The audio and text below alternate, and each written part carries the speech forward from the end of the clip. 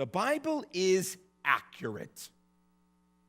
The Bible is based on original manuscripts. Those manuscripts came to being by scribes who literally had a full-time job of word for word copying from other older manuscripts that date to the times of the writings of the life of Jesus and the early church. Now, you say, are any of those like the original letters that Paul wrote? No, I'm not going to say that we have the letter to Corinthians or the letter to the church of Corinth or the letter to Ephesians, but what we have are very early manuscripts of those letters, which in fact fall beautifully in concert with other manuscripts that have been found.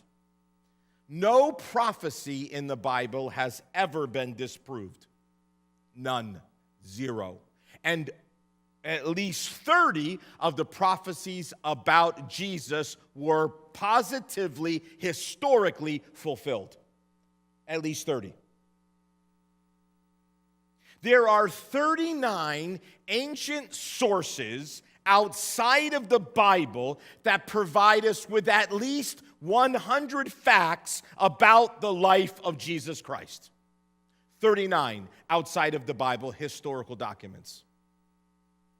It just keeps adding it up, friends. 25,000 manuscripts. 25,000.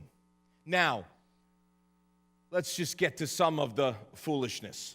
Of the some 20,000 lines of text of the Bible, maybe 40 have some question as to their complete and utter accuracy in the New Testament.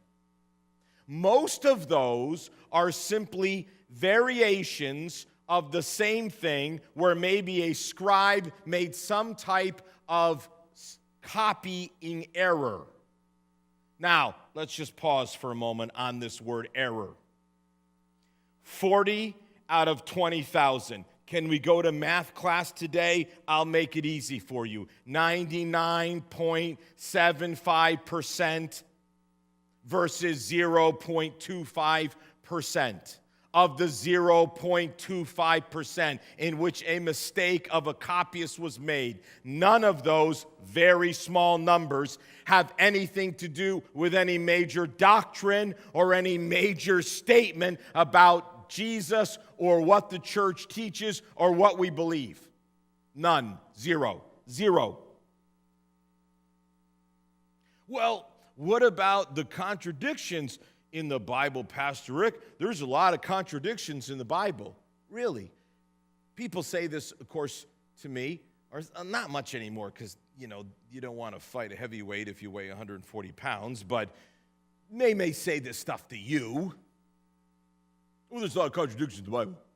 So let's just understand a couple things. First of all, there is a difference between contrast, which is called paradox, and contradiction. Those are not the same thing. There are paradoxes in the Bible, and the first will be last. What? The first, and the last are the last. Well, the first will be last. Whoever wants to be great must be a servant.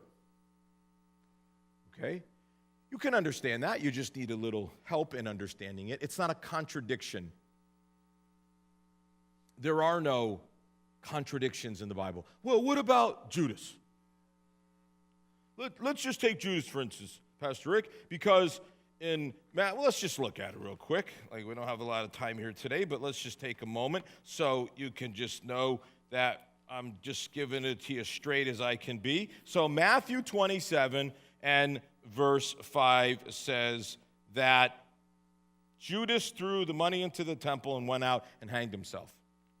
Okay, that's what Matthew says, but wait a minute. Over in the book of Acts, Pastor Rick, in Acts chapter 1 and verse 18, it says Judas bought some land with the money he was given for donating that evil, for doing that evil thing, and he fell headfirst into the field, and his body burst open, and all of his insides came out. Uh-oh, contradiction in the Bible. Okay, how about this? Judas went out into a field, found a tree on top of a rocky cliff. He hastily threw a rope over a branch of the tree, secured one end to the tree, and tied the other around his neck. And in one final destructive act, he swung himself out over the precipice. But then, before or after dying of strangulation, the rope broke or the branch broke off, and his body came tumbling down onto the rocks below, bursting out all of his guts from inside. So he hung himself, and his guts were spilled out in a field. Problem solved. What's next? Bring it.